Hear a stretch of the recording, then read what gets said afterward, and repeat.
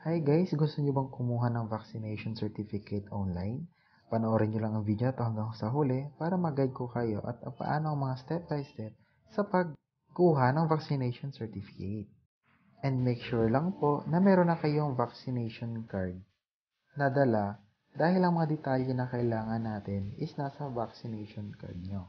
First, kailangan nyo pong i-type ang VaxCert sa Google Chrome.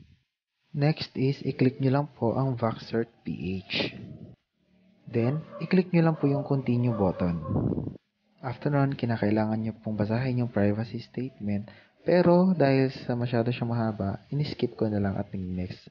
Pa-scroll down. At pagkatapos, i-click nyo po yung box na maliit sa gilid. Then, click continue. After nun, meron lang siyang dalawang question na kailangan nyo sagutan. Madali lang naman po. Click nyo lang po yung yes.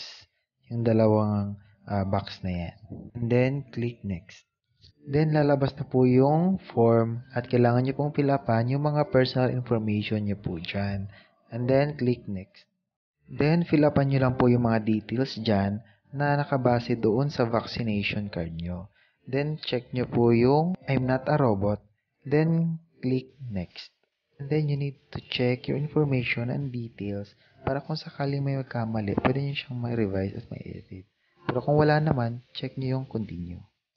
Kapag nag-record found, kailangan nyo pa rin i-double check kung tugma yung details ng vaccination card nyo sa certificate nila.